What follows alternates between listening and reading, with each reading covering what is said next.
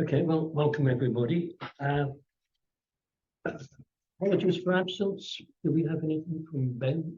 Is he Yes, attending? We don't. yes, we Right. apologies from Ben. Yeah. David is present in spirit, if not in body. Right.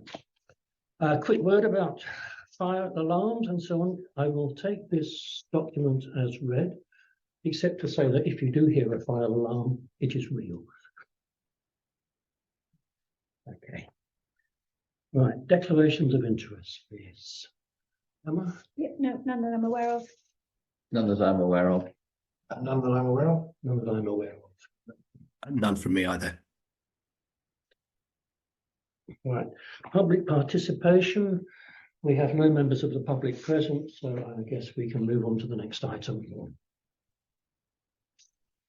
Right, minutes of the last meeting. Trust everybody has read them. Does anyone have any comments to make about those minutes? No. Emma? No, I'll have to abstain from voting because I wasn't here at them, but yeah. Or any issues? No? And No. none from me, so can I have a proposer? Thank you. Second. Second. Good. Right. Item 6, Chairman's verbal update report on current performance. Surprisingly, it's very much better than we were expecting when we prepared the budget for next year. We are showing a surplus before earmark reserve transfers of about 45,000 year to date. We were expecting a deficit for the full year of 40,000. So with 2 months to go, we have 80,000 pounds of headroom. This is mainly caused by spending less money on grants, particularly cost of living fund, than has been anticipated. And also some projects which are supposed to be running this year, such as Brackenwood, appear to be running much slower than was anticipated, unless the costs, of course, are sitting on somebody's desk in an in-tray. Not that you're aware of, thank you.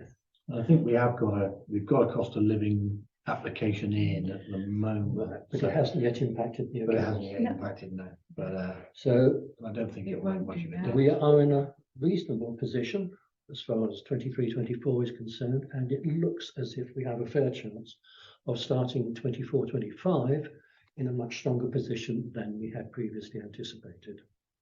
That's good. And this does give us a little bit of headroom in relation to various items of expenditure for next year. Yeah. Mhm. Excellent news. So we are not in danger of a section 114 notice this year. Mm. Okay, does anyone have any issues about the current financial position? No. No, we will take that as read. David, you have raised your hand. Thanks. I just wanted to flag that I bumped into Colin Russell last week, and he updated me about the Changing Places toilet they were planning to put at the Lake Grounds. This is some time back now. Wendy chased it, I think. We had a meeting down at the Lake Grounds with them about 3 or 4 months ago about the position of it, and everything then went quiet. But he says it's likely to, they've agreed to change its location to a more suitable location, and we're likely to incur some additional costs.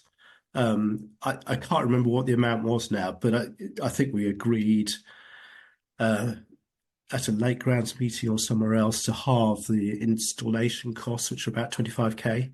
So I think it's worth just having that, having an awareness that that's another bill that's going to be coming in at some point. That's fine, but it looks as though we've got enough room to accommodate it. Do we at this point, David, wish to flag up the fact that I assume that there's a sort of a life expectancy on this unit going in, and in all likelihood, it could get superseded within 5 years, perhaps, as a consequence of what we're doing down there and the survey and moving on from that. In other words, is this a use of 25k? Is that good public use of money? I think there's a strong. I mean that the total cost of the unit is about 50K, and that's supported by a government grant to North Somerset Council, who've applied for the grant to fit, I think, 3 or 4 around the area. And I think there's been public support for putting it in place. In fact, a question was raised at a public meeting by the now here this lady, I can't remember her name now. And I think I flagged that this was in the pipeline. So I think it's difficult to step back from it now. The nice thing about this particular toilet is that it sounds like it's more secure. You have to phone up and get a security number to actually enter the facility. So the chances of vandalism with someone phoning up to get a passcode are very small, but that's obviously a concern. I think it's a good thing for our disabled people. Yeah, I'm not disputing that. No. David, do we know what degree of a change in places toilet it is? I don't off the top of my head.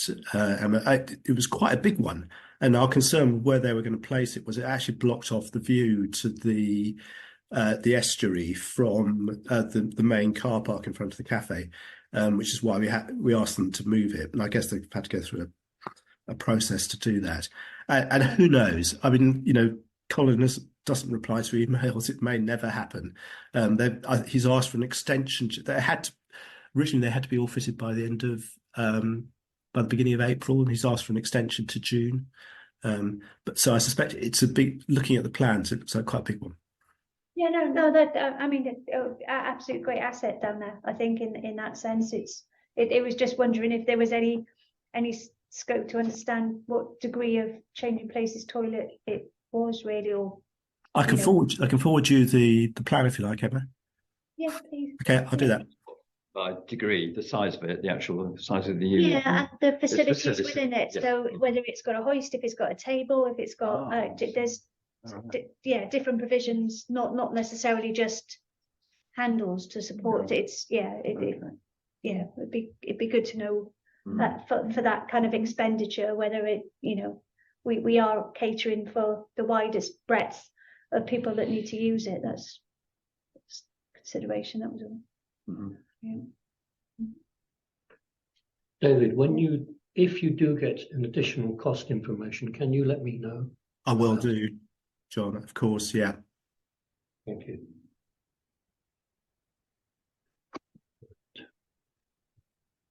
Any other issues on the financial position? No. Then we will take that as read and move on to item 7, HR policy review. And starting off with the capability policy. And David, you have raised a number of pertinent issues about this one. Would you like to take us through it, the key points as you see them? Yeah, thanks, John. I mean, I thought the policies were all great. I mean, this is not an area of expertise I've got at all. I just really struggled with how we were defined for the capability policy. I just struggled with how we were defining capabilities distinct from disciplinary issues, and Wendy's clarified that it's difficult to define. I think the thing that troubled me a little bit was the first sentence of the capability policy starts out by saying the purpose of this policy is to set out the standards of work performance expected of our employees, and I couldn't see that anywhere. So I think it probably just needs a sentence saying something, because I guess the standards will vary from person to person depending on the particular job. But we either need to remove that first sentence saying it will set out the standards, or we need to just say a little bit about the fact the standards relate to people's performance and ability to do the job rather than their kind of abuse of sort of disciplinary type issues. I think, I mean, there's probably a very good sense of words and some guidance out there somewhere, but it's not something I know too much about. I also wondered whether a simple flow diagram might help with people to navigate the systems, if so-and-so go here, but I know those are hard to produce, and I know there are quite a few more policies in the pipeline, so I don't want to hold things up with this. And I guess the third issue I struggled with. Sorry, Wendy, this is a bit about the town clerk. It sounded I wasn't sure why performance concerns related to the town clerk should be viewed in terms of conditions of service. I wasn't sure what that meant. I mean, I'd have thought, perhaps all performance concerns should be viewed in terms of the job role and job description or something like that. But I don't know. Not. I'm sure Sue, the personnel lady, could help us out with that. And then there were some other very small sort of things I picked up, but I don't think it's worth spending time on them here. Does that make sense to you guys? I don't. That all makes perfect sense to me. Yeah. There is one point I would like to add in connection with the capability policy, and that is, how do we distinguish between capability on the one hand and inadequate training on the other? I think we need to stress somewhere in this policy that staff will receive adequate training where it's not available from their previous experience.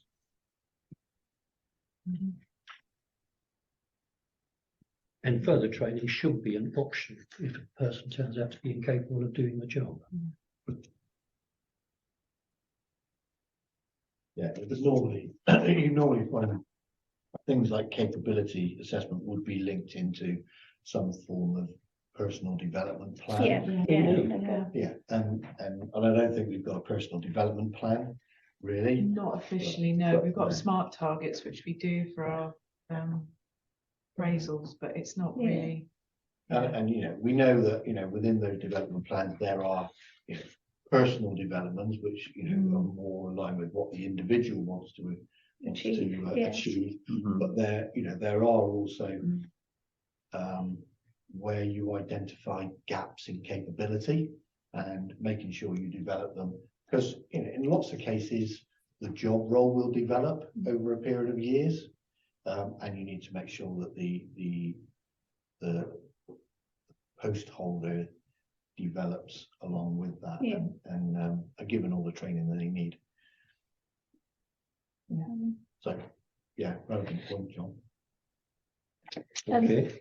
I think there were just a couple of anomalies around when meeting chaperones can be there, but we can point those out. And also during the probationary period, it still mentioned dismissal, and I don't know if it should be dismissal or just unsuccessful probation. But in terms of the capability and disciplinary, whether it would be best to merge those policies but then address them as a workflow dependent on because there's lots of duplication and one might progress to another. Because in relation to the contrast between the two of them, they go through different stages, which are called different things, but in effect the input and the outcome of both of those things are the same. So it might just be best to consolidate it, and then people are fully aware of them going through a performance, because I think in all cases it would be a performance issue which would result in either training, a personal development plan, or if it's in any way maybe dismissal. So I'll go back, and I think I need to look at those two again to make sure that there isn't anything within employment law that you have to define between the two. So I'll go back and just double check and see whether we can amalgamate. Otherwise, if there's one policy which is resultant in action, one leads into another. Then separately we have a performance policy which is related to how we handle training and anything else maybe.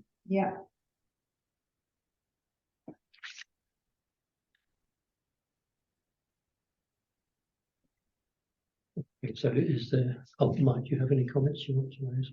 No, this is not my field of expertise, but it's all, I've read it through, And yeah, it all seems, And Paul, do you have any issues in utilize? No, none other than those that have been raised today. I think it would be an easier document to manage, an easier process to manage if they were consolidated. Yeah. Okay, so the next steps in regard to these two capability and disciplinary policies, Wendy will take them away, review them in the light of comments and come up with a later draft. Will that come back to this committee Yes, or to it will. council? No, it will come back to this That's committee.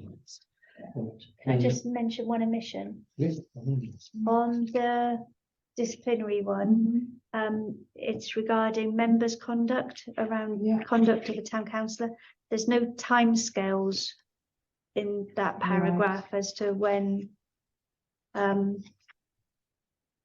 anything really. Right. Okay, I'll have a look at it. Yeah, no problem. Yeah. Everyone's happy with that, then we'll move on to the equality policy. And David, you've got a few comments on this one as well. Yeah, sorry, I think the key one here was just, you know, I can understand why we're doing it, but it just seemed unrealistically wide-ranging to include monitoring of, you know, subcontractors. You know, so I'm thinking people come out and do some tree pruning for us, people who repair holes in the car park. I just think, you know, I could absolutely agree that if there are concerns about them, it should be raised, but whether we can actually monitor, you know, as a small organisation, what goes on, I think that's probably asking a bit too much. I think people who, so that's just my thought. I have had this issue before, David, dealing with subcontractors in my sort of day job in that sense, and how we've not got around it, but how we've been able to implement it is just through a code of conduct. So an externally produced code of conduct, which is available on the website. And then when somebody is tendering their services to you, you make them aware of that code of conduct, which is publicly available. So in so doing, they know what our expectations are in that sense. So it's not monitoring, but we are making somebody aware of the you know, the policy that we have in place, but in simplistic terms and available, really, I guess. So it's a kind of a self-serve, if that makes sense. It sounds like a really good solution. So we take monitoring out of the policy and just raise awareness of our policy, our expectations. Yeah. So, for example, if a long-term subcontractor was found that they had made racist comments, for example, online, then if we then wish to remove them from the town council services, you would have to go through a procedure, would you, in relation to dismissing them as subcontractors? No, not at all. But I don't know what the situation is with subcontractors, whether they can turn around and say, look, you know, I've been given this contract for X amount of months or years, and if it breaks that sort of. If we have a published code of conduct and these things are stipulated in it, our terms of service for, you know, tendering and payment of that invoice would allow us to be able to do that. Just break it. Yeah. Okay. I think there's two pieces there. You could have a long-standing relationship with a contractor, i.e., somebody that comes in and does work on the trees or whatever. Yeah. And you know, you potentially go out to tender, and you can necessarily exclude one contractor based on some previous knowledge, previous digression that breaches that code of conduct. I think the challenge comes where you've brought in a contractor to do a piece of work, and midway through that piece of work, so you've got an agreement that says you will deliver X, Y, and Z between the dates of you know, A and B, and if in the midst of that, that's a more challenging one, and I think then you may need to go back and refer to, because you are you are breaking the contract at that point, or Yes, they've broken yes. the contract, and you're I guess if it's a longer piece of work, say like we enter into agreements with people for halls work or something Yes, like yes. that, then we are going to be signing up to a more robust terms of service Yeah. with those types of contractors versus, you know, a one-off piece of work which we're then not, you know, responsible for. So I think it's going to be horses for courses, isn't it? We have a published code of conduct for people to be aware of our expectations and values. And breach what it means to breach those, and then separately, if there's a longer piece of work like you suggested, then there's more robust And terms that'll be a of, written statement handed out to the contractor at the point of the commencement of that work yeah, we period. can handle it in that manner, yeah. Do you have standard contract do. terms? We do. So we could And build it into the next That's edition right, of those yeah. contract terms. and it's relatively simple word. As long as you've got a code of conduct document, you refer Yes. to it, and by You will signing comply the with this contract, code of conduct. Yeah, yeah, yeah. and we they are usually agreeing ask for to. certain documents and Yeah. you know, guarantees before we start the work with Yeah. them. Anyway, And bigger companies, you know, generally speaking, you know, the bigger, longer term type contracts will be with bigger companies. And Who should have their own, who should have their own Yeah. quality and Mhm, diversity. yeah. mhm. So, Can I just ask what we do with the people like the Christmas Lights, Nailsy Transport, CAB, with whom we now are establishing contracts, and they're kind of sole providers. So I wonder how we get around this issue or build this issue into the case where there is no alternative provision.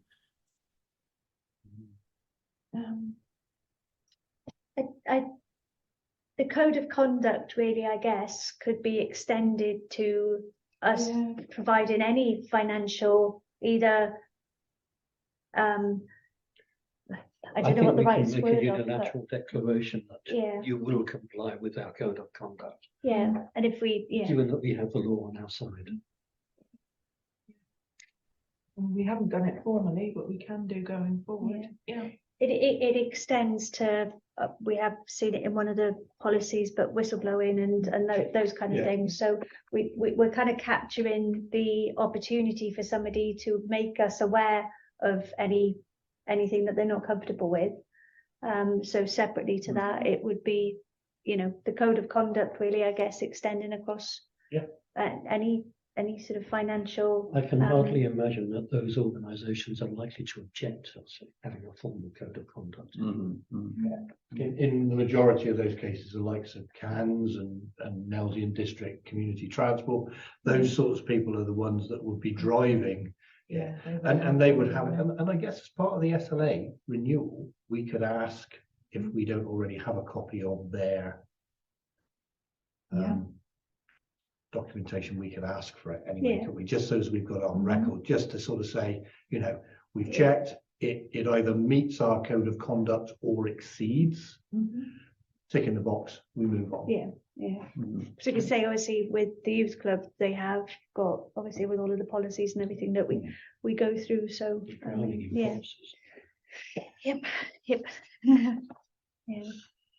Right. So the status of that quality is minor modifications, and then you'll bring it back to this committee. Yeah. Thank you. There's probably a few things I'll feed back, Wendy, just in terms of wording and terms and things like that. So.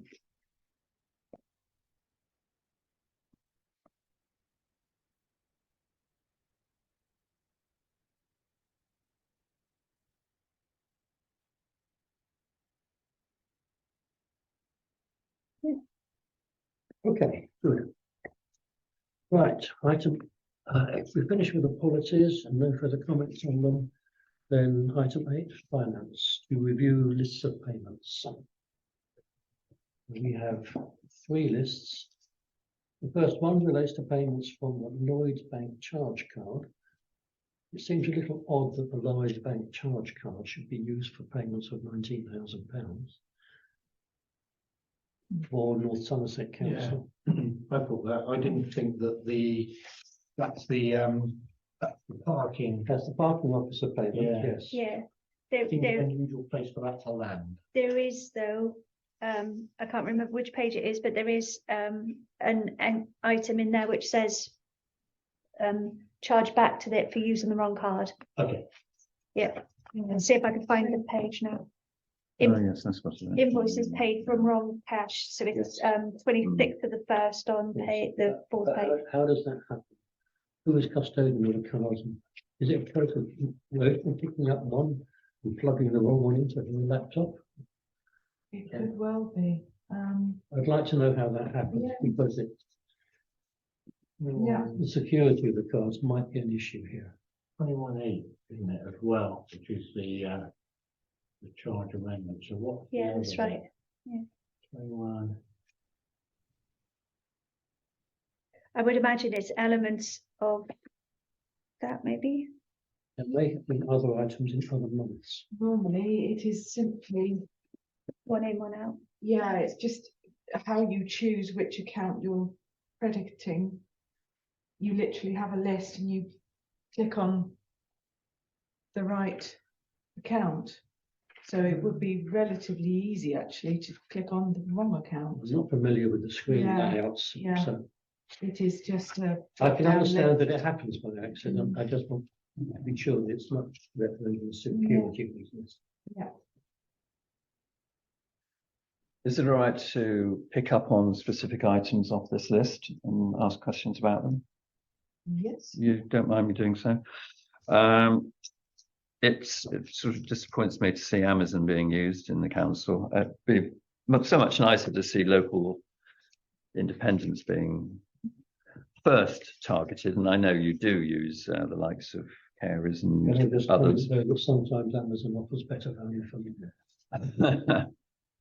and staples for cleaning supplies, which can be sourced more locally. Yeah, the pressure sprayer plus mileage, is that a pressure sprayer? Do we know whether that's a pressure sprayer to be used for cleaning paving and whatnot? Yes, I believe so, and I believe it's for cleaning the benches, etc., etc. I was slightly hoping that would be the case, because then we might be able to then get Steve to do the bus shelters instead of employing someone that comes all the way up from Bruton or Shepton Mallet. Ask the question. Yeah. Thank you. Any other issues anyone would like to raise in connection with the Lloyd's charge card list?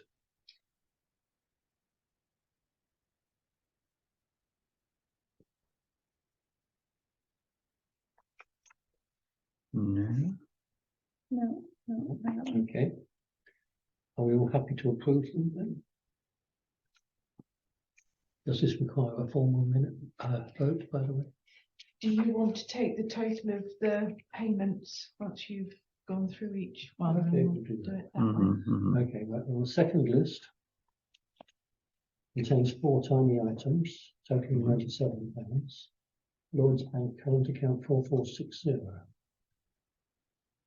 Emma's already made a comment. Already mentioned the Avon Wildlife Trust one, but that's Yeah. it. Yeah. Thank you. And the third list, Unity Trust Bank, which is the main bank account, is it not? That's right. A page full of items totaling 82,000. The largest being the payroll and the second largest being a transfer in respect of the charge card account. Then we have a couple of grants for CANS, LGBT and Walnut Grove, which have all been approved, so they do not represent any issues. Does anything else excite anyone's curiosity? Well, you can see the bus shelter cleaning invoice there. I think that's on a monthly basis, as far as I think he comes up once a month from Shepton Mallet to do that. Why on earth do we need someone from Shepton Mallet? I quite agree with you, John. Yeah. Especially now that the town council has a pressure sprayer in its inventory. And you look at the fee there, £250, a large chunk of that has got to be travel. £50 must be travel. Yeah. Wear and tear Yeah. of a vehicle, travel time, fuel, there's got to be I'd like to know whether this is a long-standing arrangement, whether we have a specific contract with him. Yeah. And what we can do to find somebody who is local. He's certainly been around for a while, and he repairs panels that are missing as well from time to time. But In which case, he may be a monopoly supplier. well, no, it's just perspex sheets which he cuts to size, so it's very easy to They're deal not even with. blue, Just a question on the Healthmatic one. I don't presume that there's any means of stopping that while Wyndham Way toilets are closed. They're the cleaners for the Yeah, toilets. they're the cleaners. I don't know, Emma. I'll find out. Yeah. I Do they think do the the- invoice, again, just because of signing off the bank things, I think the invoice does say annual fee X, and it's a 12th of Yeah, that, so I don't yeah. know if it's contractually that. Quite Yeah. a substantial annual fee. It comes to about £10,000 if that's for 1 month. Do they do the lake grounds as well? Just Wyndham Way. Just Wyndham Way, is it? Wyndham Way. Mhm. And they're still closed. Yeah, there's a report to council on the toilets. Mm. Just need a JCB, really, don't you? And the other one, which I had on my list, was the key holding snooker hall.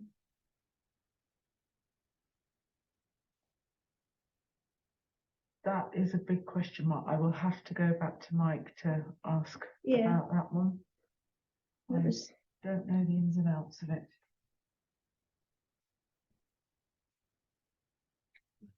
Oh, yeah, I see there's a payment there for chorus, which I'm assuming is the the last final and one. final. It's dated for November. When does their contract actually They result stopped in a in- handover? Stop. 31st of December was the Yeah, final yeah. day of their contract. And are you happy with the new contractors? So far, they've been fantastic. Yeah, yeah, really good.